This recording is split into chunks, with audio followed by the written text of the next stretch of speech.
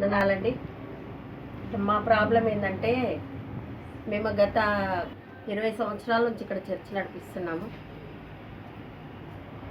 మేము ఇదే ఏరియాలో పుట్టాము, ఇదే ఏరియాలో పెరిగాము. కాకపోతే మేము దేవుని నమ్ముకొని 23 సంవత్సరాలు అవుతుంది. మరి దేవుడు మమ్మల్ని ఆయన సేవ చేయమని పిలిచాడు. ఆయన సేవకు మేము సమర్పించుకున్నాం. అయితే మేము ప్రార్థన చేసినాం. ఎప్పుడైతే సేవకు సమర్పించుకున్నామో మేము ప్రార్థన చేయడం ద్వారా అనేకులు ఇక్కడ బాగుపడుతున్నారు. కిడ్నీలు ఖరాబ్ అయిన వాళ్ళు, లివర్ ఖరాబ్ అయిన వాళ్ళు, త్రాగుబోతుల భార్యలు, ఎంతోమంది విడిపోయిన సంసారాలు, గర్భఫలాలు లేని వాళ్ళకు దేవుడు ఎన్నో రకాలుగా విడుదలిస్తున్నాడు. కానీ మేము ఇక్కడ రోడ్డు మీద చర్చ్ నడిపిస్తున్నాం. మాకు జాగలేదు, రోడ్డు మీద చర్చ్ నడిపిస్తున్నాం. మేము మా పక్కన గవర్నమెంట్ స్థలం ఉంది, అది ఇవ్వమని చెప్పి మాకు కనీసం కూర్చొని ప్రార్థించడానికి కూడా మాకు స్థలం లేదు. పక్కన గవర్నమెంట్ స్థలం ఉంది. ఆ స్థలం కోసం ఎంతోమంది అధికారుల దగ్గరికి వెళ్ళాము, లీడర్స్ దగ్గరికి వెళ్ళాము, కానీ ఎవరు కూడా పనిచేయడం లేదు. చేస్తామంటున్నారు, తర్వాత పోతే చేస్తలేరు. మా బస్సు వాళ్ళు కూడా మొన్నటి వరకు ఇస్తామన్నారు, ఇప్పుడు వారం రోజులు ఇస్తాము, వేసుకో అన్నారు. అక్కడ వేసుకొని చేసుకో అన్నారు. తర్వాత మేము ఇయ్యం ఇక్కడ స్థలం అన్నారు. కానీ ఈ ఏరియా మొత్తం కబ్జాలు వేసుకొని కార్ఖానలు పెట్టుకొని ఆక్రమించుకుంటున్నారు. కానీ మేము ఆక్రమించుకొని అడగడం లేదు. కానీ నేను నమ్ముకున్న దేవుని 50 మందిని కూర్చొని ప్రార్థన చేయడానికి, ఆయనను ఆరాధించుకోవడానికి మాకు రోడ్డు మీద నడుపుకుంటున్నాం. కనుక ఆ స్థలం లేనందుకు మాకు అక్కడ ఖాళీ స్థలంలో మాకు ఇప్పియమని మేము గవర్నమెంట్ వారిని రిక్వెస్ట్ చేస్తున్నాం.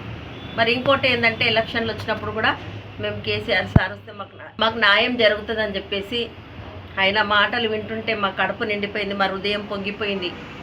మరి ఆయన మాకు న్యాయం చేస్తాడని చెప్పేసి మేము ఎలక్షన్లలో కూడా తిరిగినాం. రాత్రి అనక పగలనక ఎలక్షన్లలో తిరిగినాము. ప్రతి ఒక్కరి దగ్గరికి వెళ్ళినాం, ప్రతి చర్చ్కి వెళ్ళినాం, ప్రతి ఒక్కరిని రిక్వెస్ట్ చేసినాం తెలంగాణ వస్తే మనకు న్యాయం జరుగుతుందని చెప్పేసి. కానీ తెలంగాణ వచ్చిన తర్వాత కూడా మరి మేము ఇట్లాగే రోడ్డు మీద నడిపించుకుంటున్నాం. మరి డాక్టర్ లక్ష్మణ్ని కూడా పిలిపించాం. పరిస్థితిని చూస్తే అర్థమైపోతుందని చూశాడు అన్న దగ్గర. అన్న ఇక్కడికి వచ్చి చూశాడు.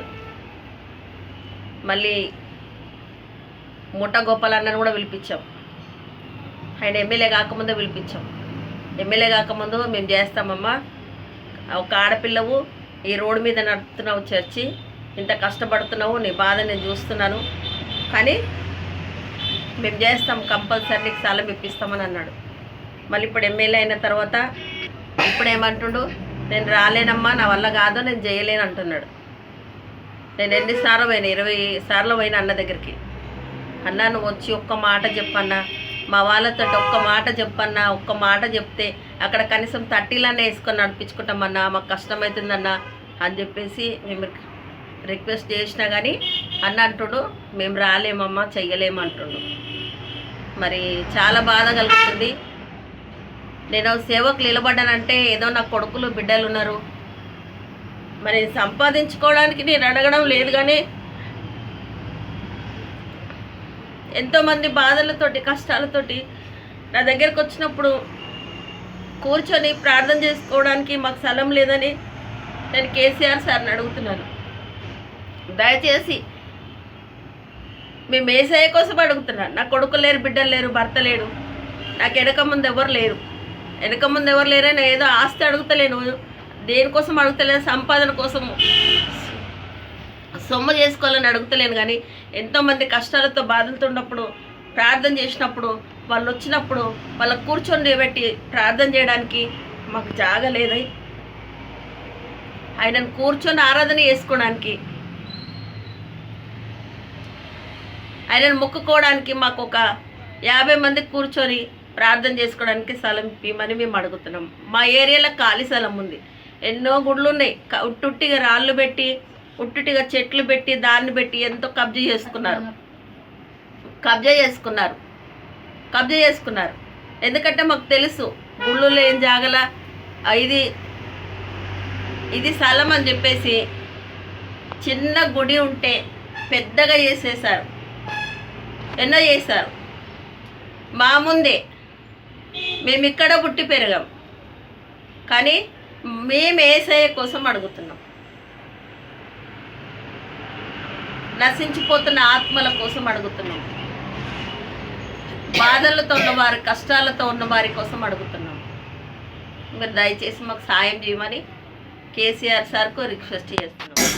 తెలంగాణ వచ్చిన కొత్తలో ఆర్మీ వాళ్ళతోటి నాకు పర్మిషన్ ఇప్పిస్తే నేను కేసీఆర్ సార్తో కలిసినప్పుడు అప్లికేషన్ పెడితే అప్లికేషన్ సీఎం పేజ్ నుంచి ఇక్కడికి వచ్చింది. ఇక్కడికి వచ్చినప్పుడు ఎంఆర్ఓ ఏమన్నది, ఇయ్యము లేదు 45 లక్షలు కావాలని చెప్పింది. నేనన్నా అమ్మ మేము ఇక్కడే పుట్టి ఇక్కడే పెరిగినామమ్మ, మా జాగాలు అందరూ ఇక్కడ అక్కడ అంతా కబ్జా చేసుకుంటారు, ఉంటే జాగా అడుగుతున్నామ్మా కూర్చొని ప్రార్థన చేసుకోవడానికి, మాకు సాయం చేయమ్మా అని అంటే 45 లక్షలు అయితే ఉట్టికి ఇస్తారు అనుకున్నావా, పుణ్యానికి ఇస్తారు అనుకున్నావా, ఏమనుకుంటున్నావు? ఈ జాగాల ఈ ఏరియాలో జాగా అంటే పుణ్యానికి వస్తుంది అనుకున్నావా, గవర్నమెంట్ వారు పుణ్యానికి ఉన్నారు అనుకున్నావా, ఏమనుకుంటున్నావు అని అన్నదని. నేనన్నా కాదమ్మా, అట్లా కాదమ్మా, చూడమ్మా మా పరిస్థితి తెలిసి మేము రోడ్డు మీద నడుపుకుంటున్నామమ్మా, దయచేసి చూడమ్మా, సార్ దగ్గర పెట్టుకున్నామమ్మా, సార్ కూడా ఇస్తానడమ్మా, కేసీఆర్ సార్ కూడా ఇస్తానడమ్మా అని చెప్పి ఎంత బతిమలాడినా అంత బతిమలాడినా దిక్కున్న చోట చెప్పుకో అన్నదాన్ని.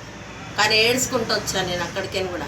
నా ఏంటో కన్ను వచ్చాడు ఆయన, పెద్ద అయిన ఆయన కూడా మర్యాద చూడకుండా ఆయన ఎట్లా పడితే అట్లా ఎంఆర్ఓ ఆఫీసులో ఉన్న వాళ్ళు తిట్టేశారు.